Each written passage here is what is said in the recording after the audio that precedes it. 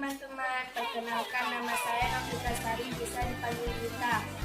Kami kader kesehatan remaja dari MTS Hidayatul Aliyah. Kami akan menjelaskan tentang etika batuk dan bersin. Batuk dan bersin adalah hal yang alami terjadi pada manusia. Keduanya merupakan proses usaha untuk mengeluarkan kuman dari tubuh. Artinya ketika kita bersin dan batuk, maka akan menyebabkan dalam jumlah yang sangat banyak. Ikutilah etika batuk dan bersin benar sebagai berikut. Pertama, kalukan tutup. Kedua, tutup mulut dengan sapu tangan atau lengan dalam. Ketiga, pakai masker atau tisu. Empat, bila menunda jangan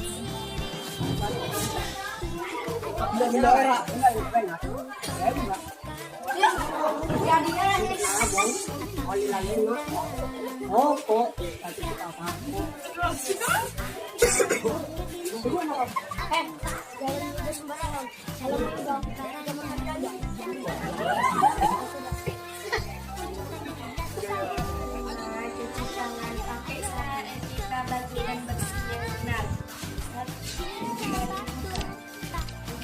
Menutup mulut dengan sapu tangan atau dengan dalam. 3. Memakai masker atau membawa tisu. 4. Bila meludah jangan sembarangan. 5. Cuci tangan